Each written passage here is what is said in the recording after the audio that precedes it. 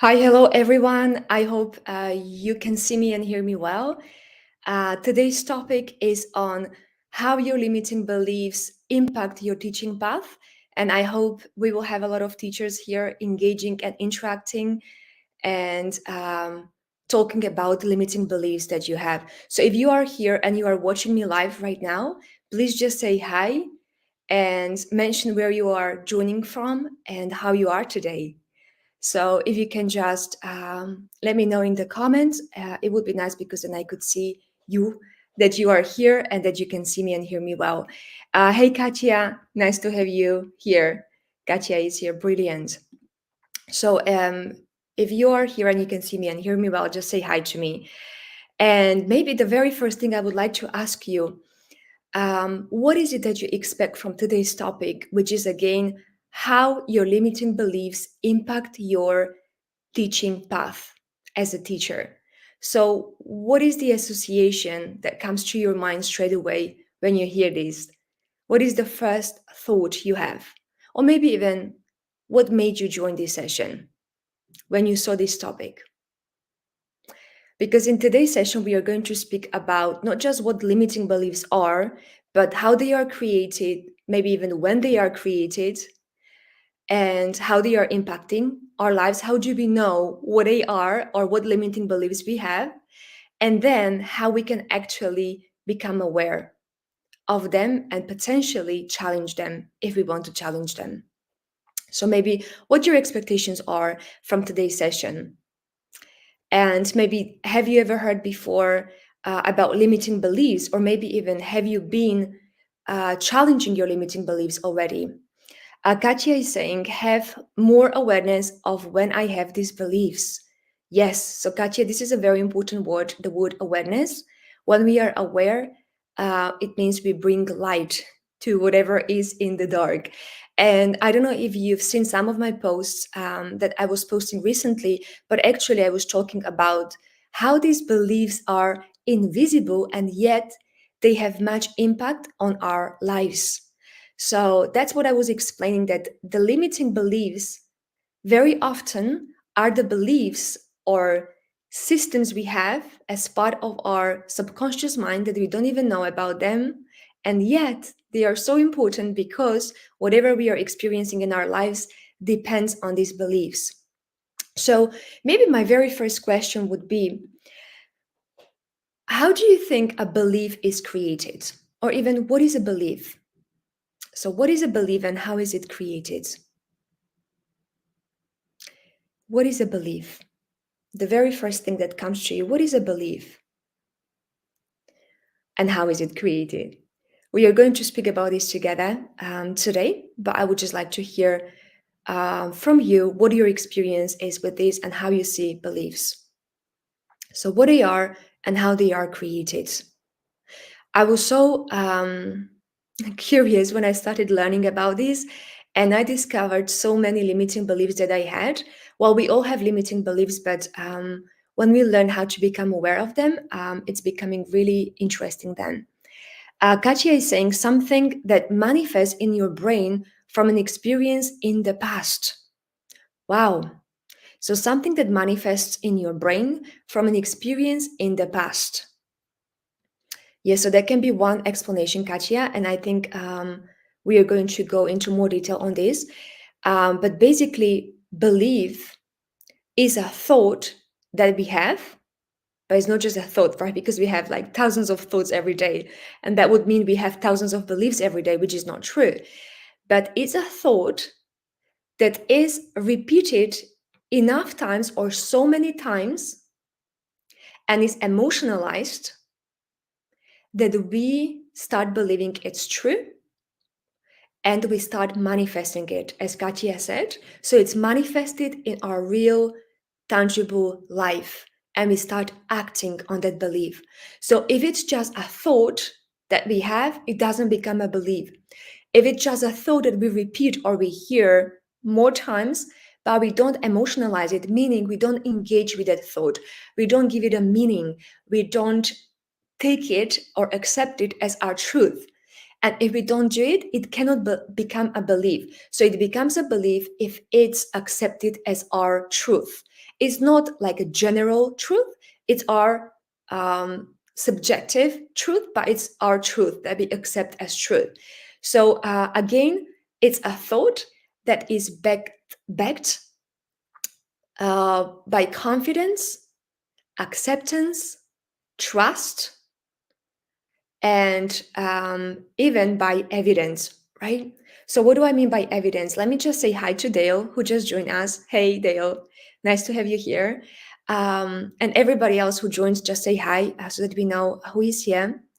And we are speaking about beliefs, Dale, beliefs, limiting beliefs that teachers have and how these beliefs are affecting our lives. So, we just discussed what the belief is. Now, how a belief is created, we talk about that as well. When we repeat the same thought again and again, we give it an emotion, and then that thought becomes uh, manifested or manifest in our real life. And then when we look at that manifestation or whatever tangible results in our life, then we think about it again, emotionalize it again, and this way we strengthen that belief even more. So maybe if it's there, some beliefs are very strong beliefs that we have, and some beliefs are not as strong. So it depends how many times we think about it, we emotionalize it, we take it as our truth, and we look at the evidence. Yes, and evidence is tricky here. So the more we see it happening, the more we believe it's true. Now, to give you a very tangible example, I've got many of them, but at that time when I was an ESL teacher, I didn't know about possibility to be a digital nomad, meaning to be able to travel and work at the same time. Maybe there were some people already who were doing it, but I don't think there were so many. So I didn't think I could have so much freedom and work from anywhere. So when I looked, I thought the only possibility is just to work from, from a physical language school. And that's why I emotionalized that thought and I manifested it. So I was working in a physical language school and I saw all the other teachers around me doing the same thing. So I didn't even think that it's possible to work from anywhere in the world and work at the same time. And that's, became a limiting belief of mine that was actually preventing me or discouraging me from having more freedom.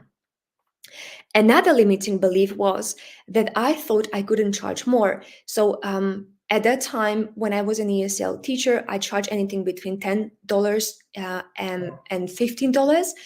And when I saw people around me and other teachers around me, I saw very similar hourly rate or prices that teachers were charging.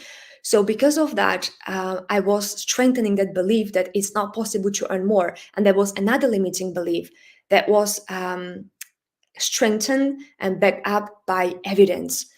If you have any other limiting beliefs that you have in mind, please just share them and we can take a look at them together. So, what limiting beliefs you have come across, maybe in your personal life, or maybe when you look at other teachers around you? So, what limiting beliefs you have come across as a teacher?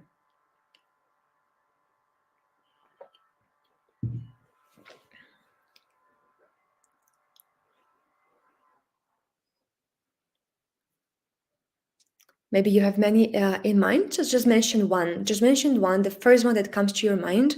What limiting belief you had in, you came across, or maybe you saw in some other teachers. And then we are going to speak about practical steps, how we can actually look at those beliefs and what we can do with them. So Dale is mentioning imposter syndrome. So basically, how would you put that belief in one sentence? So you don't think that you can do something, or what is that belief about? Or you don't think you are good enough to do something? So if you can just expand on this, Dale. Yes, and if you can, AP, I'm not quite sure who is this, but if you can just expand on what you mean, I can. What limiting belief you have in mind? What is the belief you have in mind? And that is affecting present results. So, and then we can take a look at them together. So Dale is saying, am I qualified to be teaching at the university? Yes. So probably like, am I, so there's a question, kind of like a challenging question, or like maybe it's saying, I'm not qualified to be teaching at the university. So maybe kind of like, I'm not good enough to teach at the university. The reason why I'm going down with this is because some beliefs are just like surface beliefs. And then when we go much deeper to the root of the belief, most of them come to the like, I'm not good enough, I'm not worthy enough. And then there are some variations of these root beliefs. This is one of them coming from Dale. So maybe I'm not qualified enough or I'm not good enough to be teaching at the university. Um, and Dale is saying, yes, I was qualified, just had to convince myself. Okay, so that's another thing. That's a very good point, Dale. We are going to speak about that one. And yes, AP, can you just mention what your name is because I cannot see your full name? I cannot do what I want to. Nobody wants what I have to offer. That's a very good example as well. Okay, and I wonder how these beliefs were created. So in your case, Dale and Adi, sorry, Adi. It's Adi. Yeah, nice to have you here, Adi. So Adi and Dale, when was this belief created? Now we are going to be more practical. So we've got 30 minutes for this mindset session, and we are going to get a little bit more practical now with this. So how was this belief created? Do you remember the situation when you, Adi, thought or started thinking that I cannot do what I want to do, or nobody wants what I have to offer? When was that belief created? And the same for Dale. So when you mentioned, am I qualified to be teaching at the university? So when did you start having these doubtful thoughts about your capability, maybe, or qualification? It's very important when we look, because when we ask ourselves, so like, how do I know what limiting belief I have? Well, we know it when we look at our present results. Then, when we look at our present results, we can see what beliefs we have that actually influence those present results. When we have that limiting belief in front of us, when we become conscious of that limiting belief, because it was unconscious, it is unconscious unless we become conscious of it. That's already 50% of success when you become conscious of your limiting belief. Then, when you become conscious, you actually decide if you even want to challenge that belief or not, or if you want to work on that belief or not, or if you want to transform that belief into an empowering one. But for us to start that process, we need to ask if you already know, like, yes, I want to work on this limiting belief. And then we need to ask ourselves, when was that belief created? Or maybe, what is the situation I remember from the past that contributed or reinforced this limiting belief? And Adi is saying, I think it was when I started with the training, I suddenly thought I cannot do this. I am a good teacher, but niche teaching is not part of my thinking. Oh, I appreciate this, Adi. So basically, when you started learning more about niche teaching, when you took the training, you start you started doubting your skills, or maybe even what you have to offer. Was that was there in particular one situation that somebody said something, or maybe you had this realization, or maybe you saw a slide saying something, or what was that moment, exact moment? And I'm going to give you an example what I'm speaking about here so that it's maybe easier for you. So, as I said, when we want to challenge any limiting belief, we need to become first aware what the limiting belief is. And there are actually 4 steps. So, the very first one is becoming aware of what that limiting belief is, why we can't achieve more as teachers. So in my case, I couldn't charge more because my limiting belief was I am a non-native English teacher. And because of that, I cannot charge more. Okay. That was my limiting belief.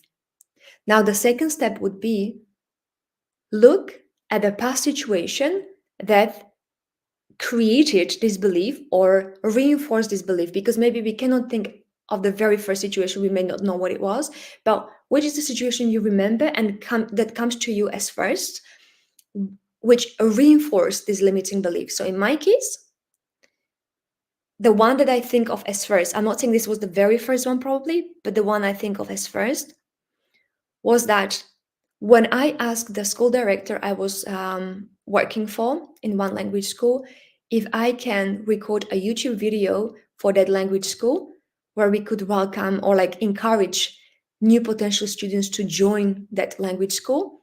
And this school director said to me, Steffi, we can't do that because you are a non-native English teacher and you don't sound as a native teacher because of your accent. We may potentially discourage some students from joining this language school. That was a very painful moment for me, and I definitely took it personally.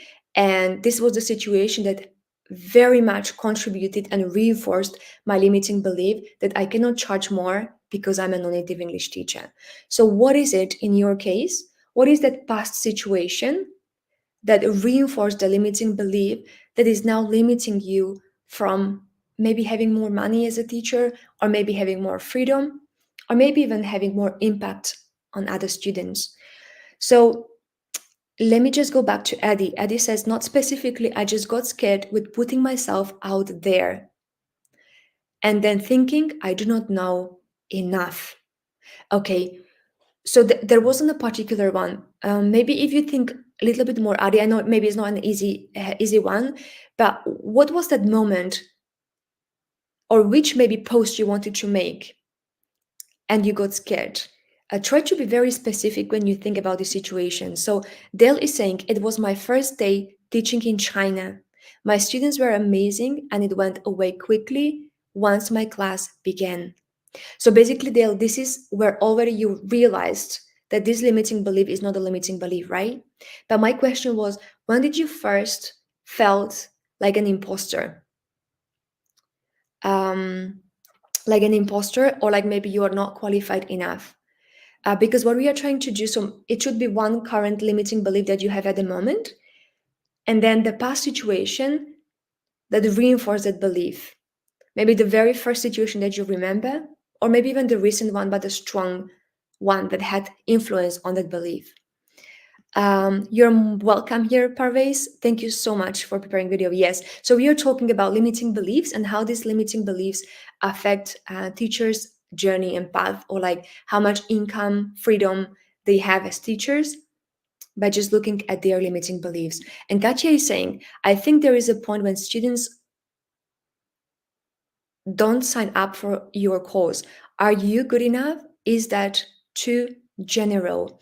Okay, so Katya has a more specific question. So Katya is asking if what to do then, right? So when I ask you this question, Katya, what do you believe about yourself as a teacher when it comes to money and freedom? So Katya, what is your current belief about your teaching skills, about you as a teacher? If you can just answer that question, I mean, we can take it from there.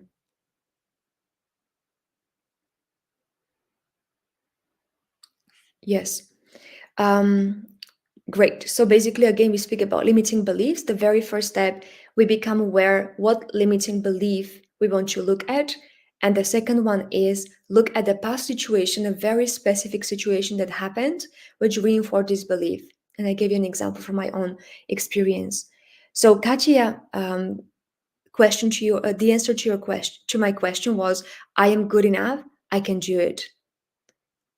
Great. So this is your current belief, which seems to be a empowering belief, Katya, right? It's not like I can't do it or I'm not good enough. So this is what your belief is about. And now the question is why students don't sign up. Am I good enough? And then when we start questioning. So there can be many answers to this, Katya. So one of them can be, if that's true that your belief is not limiting and you do truly believe um, you are good enough and you can teach the students with a lot of ease and joy, then there can be questions such as you said, is this too general, or am I targeting too many people, or am I clear enough with my message to my students, potential students? That can be the second one. And the third one would be maybe the question, are you getting any response or no response whatsoever?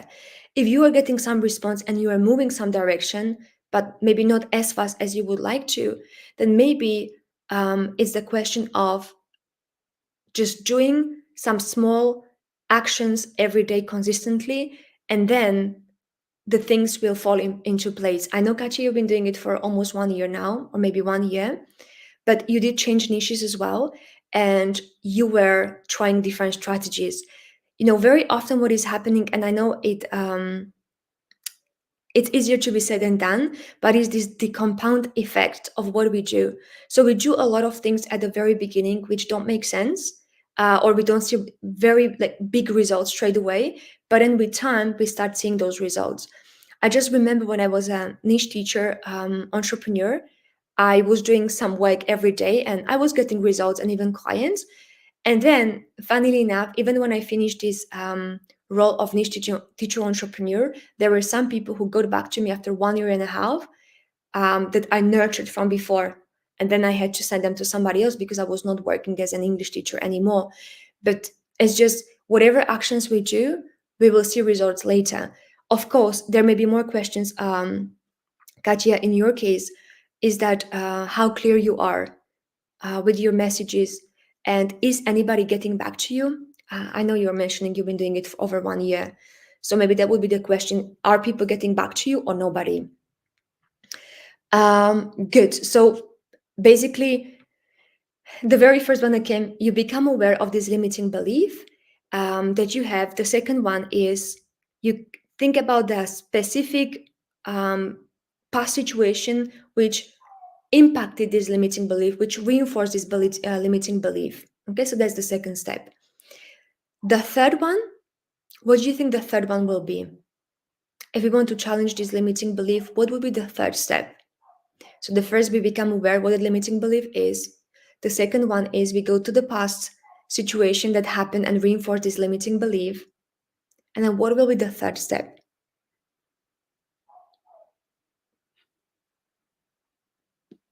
What will be the third step?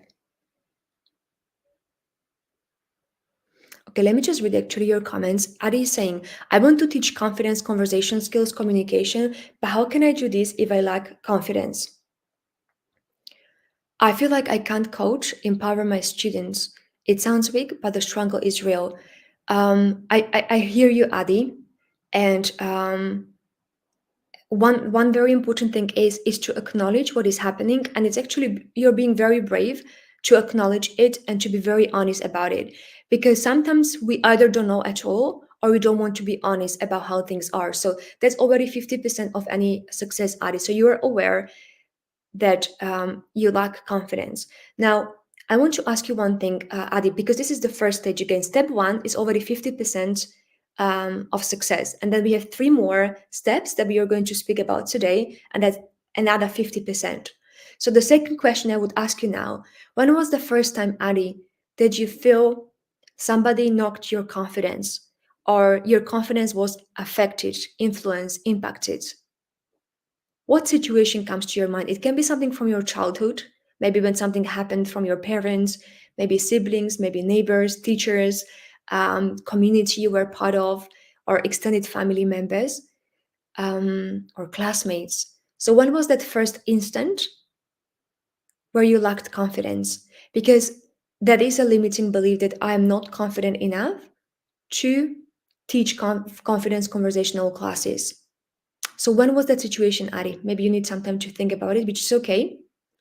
Um,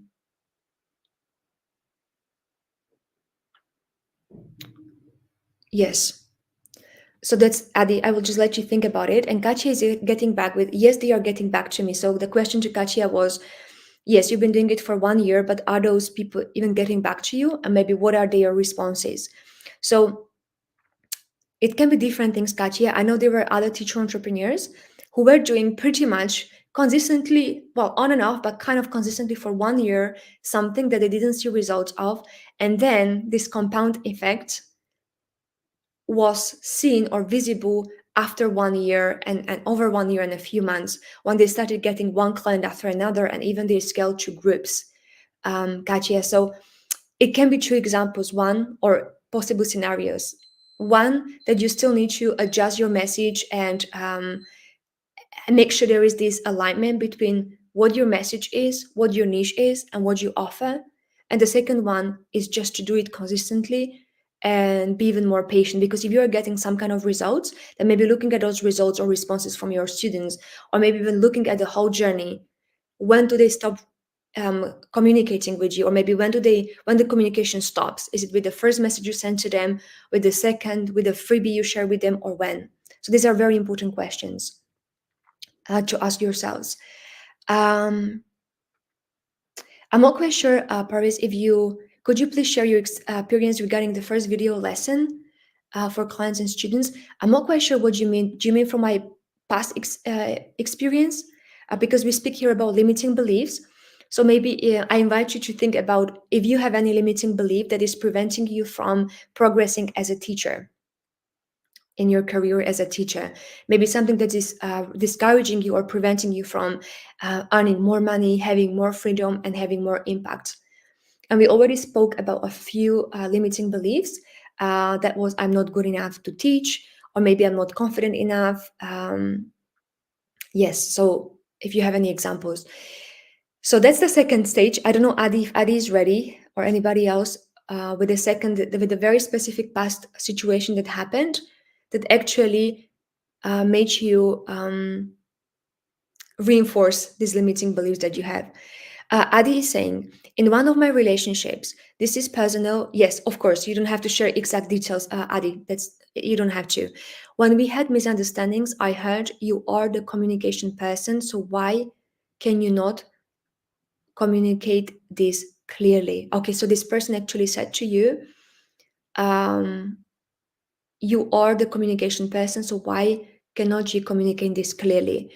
And probably that person was very close to you, and you emotionalized that situation. You took it very personally, which happens very often when we have somebody who is very close to us and say something to us that hurts us. So in that moment, you maybe started thinking, Ari, that I'm not a good communicator, or maybe not clear enough, not confident enough.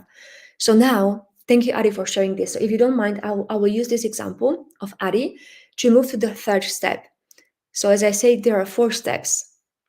First, you become aware. Second, you think about that past situation that reinforced this limiting belief. And Ari just shared one of her situations where somebody says you are not, um, communicate or like clear enough as a communicator. And the third step is to actually challenge that belief at its roots. And that's by mentally rehearsing that situation again, but with the desired results or outcome. So in my previous exam, when I said to you, I asked the school director if I can record a video, promotional video on YouTube to promote that language school to students. She said, no, you can't. You are a non-native English teacher. We may potentially discourage other students to join because they will think that non-native English teachers will be only teaching here. And the desired outcome I would want from this situation, if I was mentally rehearsing the situation, would be, you know what, Steffi, this is a great idea for you to record this promotional video, because if these potential students will hear you, that you are a non-native English teacher, and you got with your English language skills to the level where you got, maybe they will be even more encouraged to join, because they will see, wow, I can do it. And I will have teachers who would teach me how to do it from scratch, or like who will really empower me to do it well. So this is how I would mentally rehearse that situation that happened. So with the desired outcome. Now, this is not to lie to ourselves, but to rewire our emotions. Because the thing is, there was very good actually example I've heard the other day, that our limiting belief is like a tabletop. Okay, tabletop. And then legs of the table is like the evidence for that belief. And I had a lot of pieces of evidence that I can't charge more. And then those legs are glued to the tabletop by super glue, which is emotions. So if we want to knock off any limiting belief, we need to first get rid of the super glue, right? So that the legs of the table would fall down and the limiting belief with itself. And the super glue, this glue, is the emotions that be attached to that past situation that reinforce that limiting belief. So in Adi's case, it was when somebody said to her, "You are not a clear communicator and you are supposed to be one because that's what you do." Or in my case, it was the emotions when I felt upset that actually I'm not worthy enough to charge more because I'm a native English teacher and that students will not work with me. So when we challenge those emotions that were connecting to that limiting belief that we were creating, then we can be replacing those emotions with something more positive. So by us mentally rehearsing it, that's what we are doing.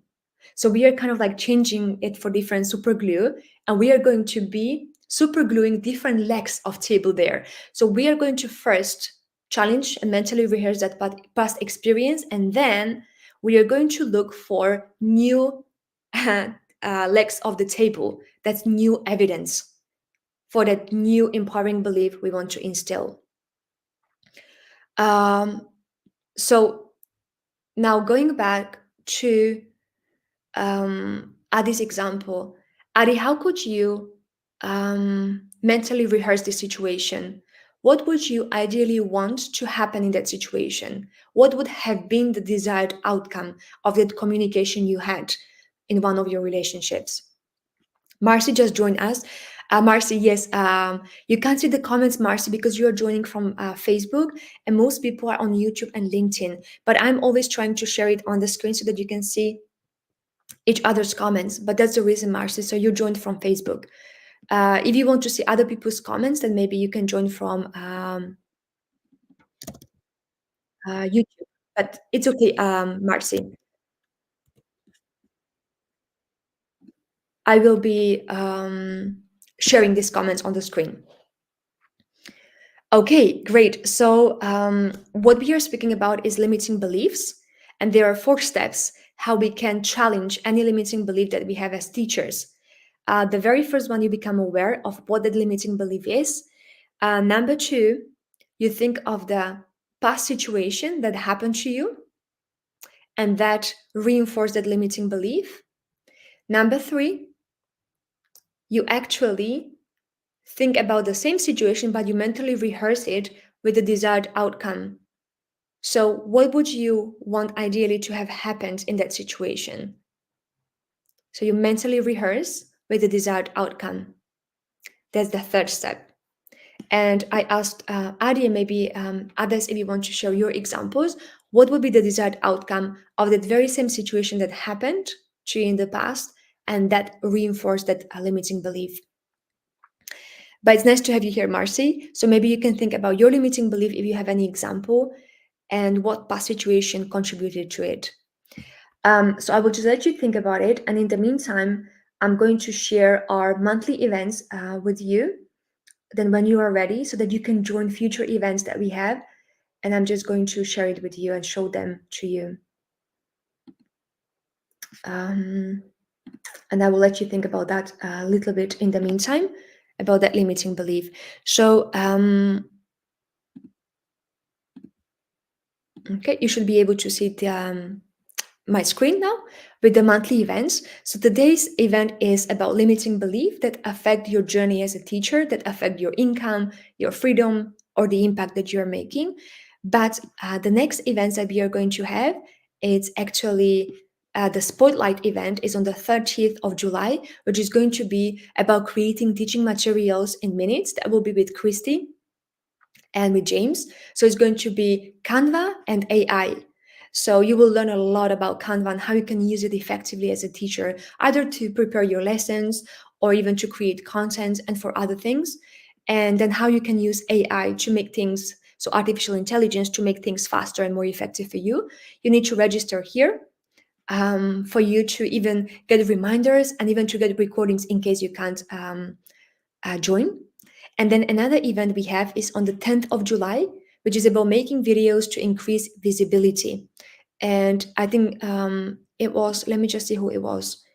who had a question about videos. Parvez, you had a question about videos, so maybe this could be a good question for you to attend. And you can watch it on, LinkedIn, YouTube, Facebook, again as this session, and you can add it here to your calendar, each of these sessions, so that you don't forget about it. And there is one more session on the 18th of July that's with James and Amy about niche teaching to get students at higher rates.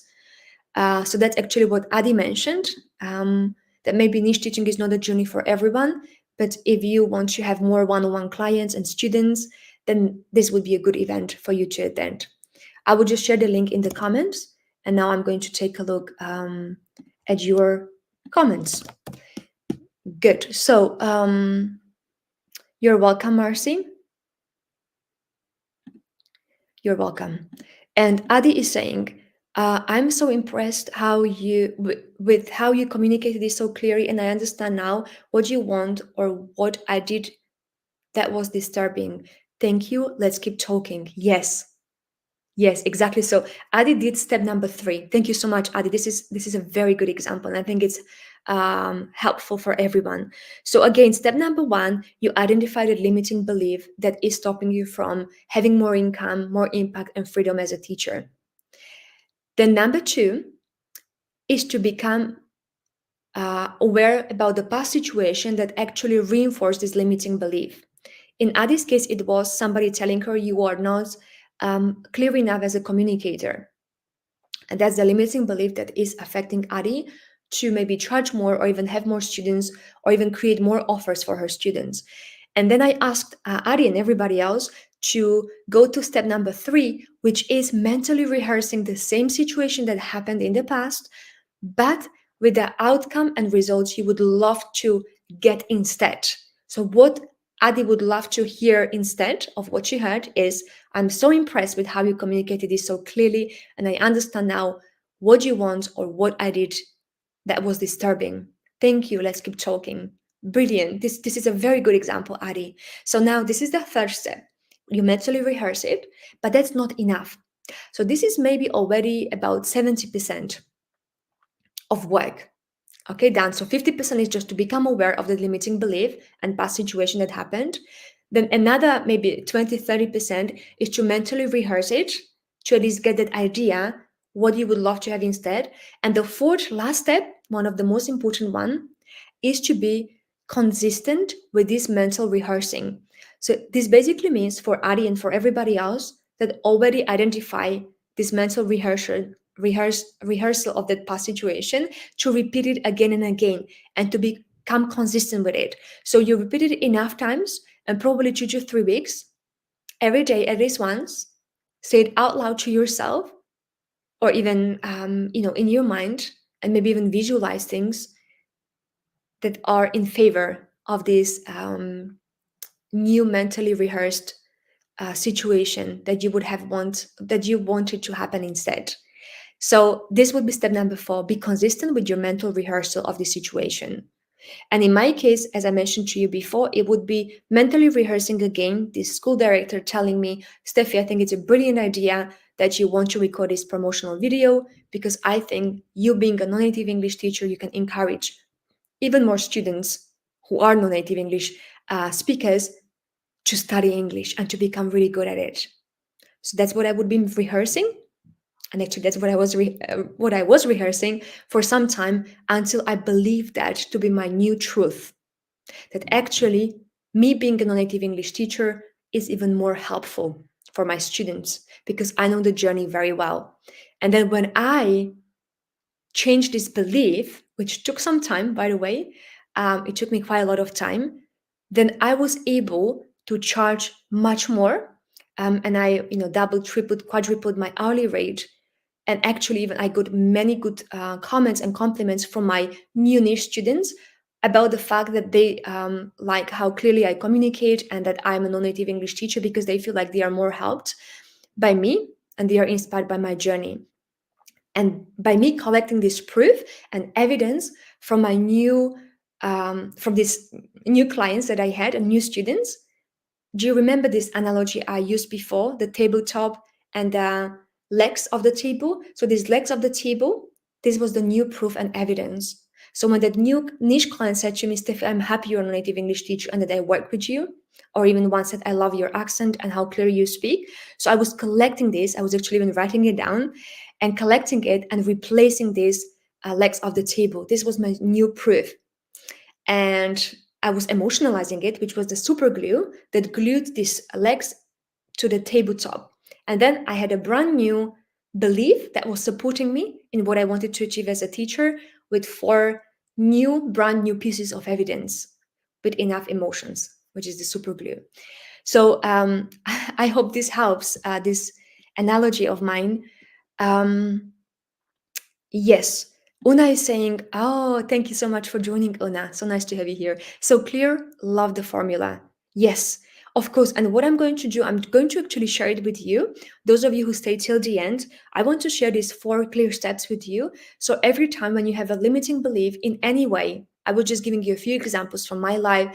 Ari was very brave enough to contribute as well, and Katia and Dale. But you can follow the same formula with your limiting beliefs, and you can be just transforming them like an alchemist. It may take some time, but maybe some of them, but it is possible. So let me just share the link to you. This is like a small gift from me. Let me know if you can open it. I just shared it with you, and if you can see it clearly, those 4 steps, just let me know, please.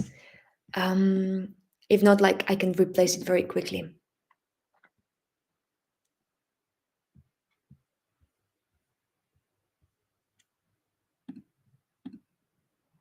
If you can just let me know somebody who opened it, and then let me know. Okay, we'll be wrapping up very soon, but let me just read a few more comments. Yes, you're welcome, Mercy. Masi, yes, I did take into consideration actually your request, and that's why we are having it earlier today. So I'm sharing it on all the 3 platforms, Katia, Facebook, LinkedIn, and YouTube. Adi can open it. So Katia, let me know, because Adi is on YouTube as well, and she says she can open it, and Dale as well, and actually Patricia as well. Thank you, Patricia, for joining. Yes, so hopefully, Katia, you can open it too. Great. So any more questions about limiting beliefs, or maybe even about the future events, or maybe if you have ideas what kind of events you would like to have on mindset? So what I'm planning to do, I'm planning to have these regular mindset sessions. I want to have practical sessions, and the next one is going to be in 2 weeks time. So at the moment I would like to be doing them twice a month, and then maybe in the future even once a week, on Wednesdays. So this will be the regular time on Wednesdays, but I'm not quite sure about the time exactly. Maybe I will have different times, but it's going to be on Wednesdays. But maybe what kind of topic you would be interested in when it comes to mindset? I feel like limiting belief is one of them, and it's a very important one. Um, but maybe what other topics you would be interested in, or something that you are not clear about. I know some people mentioned in the past imposter syndrome, confidence, or like about fear when we are afraid to do something, or maybe when we feel frustrated and things don't work as we want them to work, and we are not patient enough. So, what is the topic that really would help you if we spoke about it, if we brought more attention to that topic? Or maybe it's about managing emotional states, um, or maybe creating effective habits. So, what are the topics that resonate with you the most?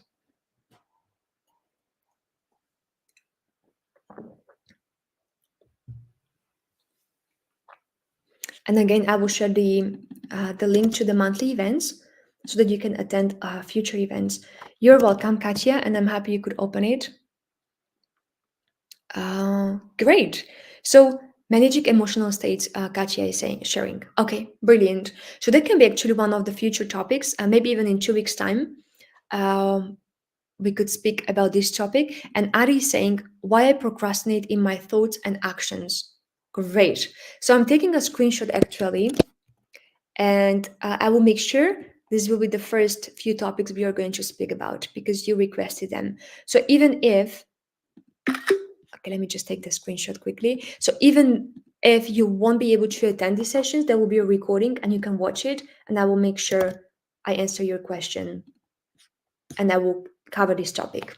Great, thank you. So we've got two topics: managing emotional state and why I procrastinate in my thoughts and actions. I think these are very good topics. Great, thank you so much, everyone, for being here.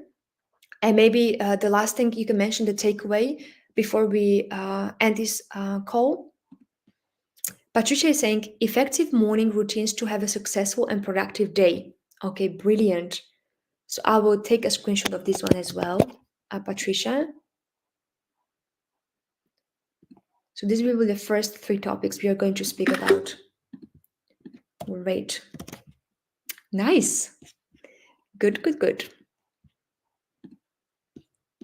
Great. Any takeaways? The last comments, takeaways from this session. What are you taking away with you? And what did you realize, or maybe what did you know, but it was even more reinforced? Or was it even anything shocking about what I was saying today? Or anything surprising? Or maybe even just say, Steffi, I knew all of these and it was just a good reminder to be reminded again. So any takeaways? This is very helpful for me to know.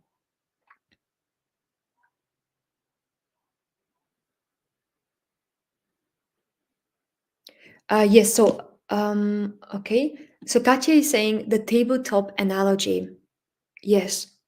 So that's always that I have in mind. So there's a tabletop analogy, there's like a limiting belief. And if I just want to get rid of that limiting belief, or not even get rid, but challenge it and knock it off, then I think of this table.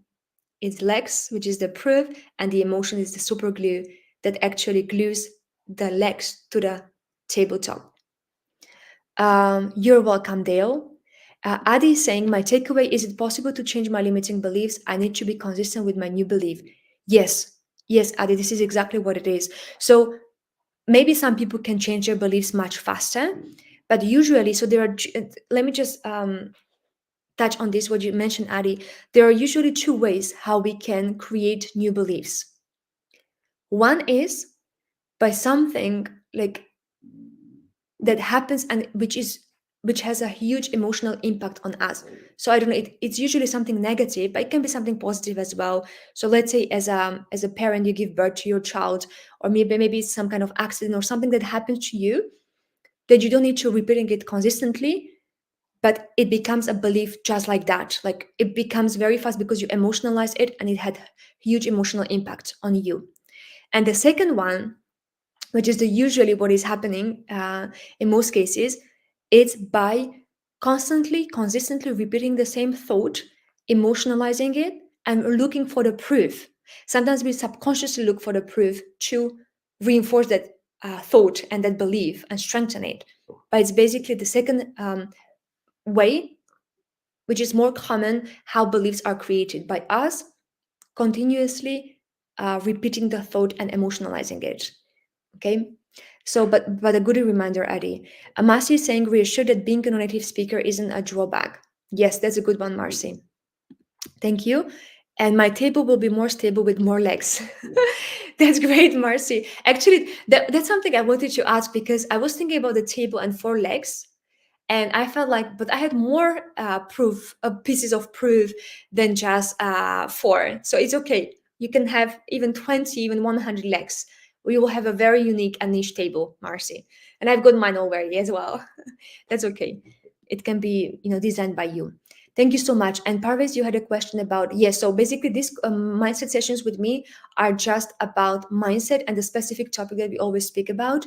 But there are different sessions, and I already shared the monthly events where you can find topics more related to your questions. And you can always attend those sessions that seem to be the most relevant to you. I just share this link with you again. So just maybe copy it and have it for the future reference. Thank you so much, everyone, for your takeaways. And I will see you in 2 weeks' time in another mindset topic. Take care, everyone. Have a beautiful day.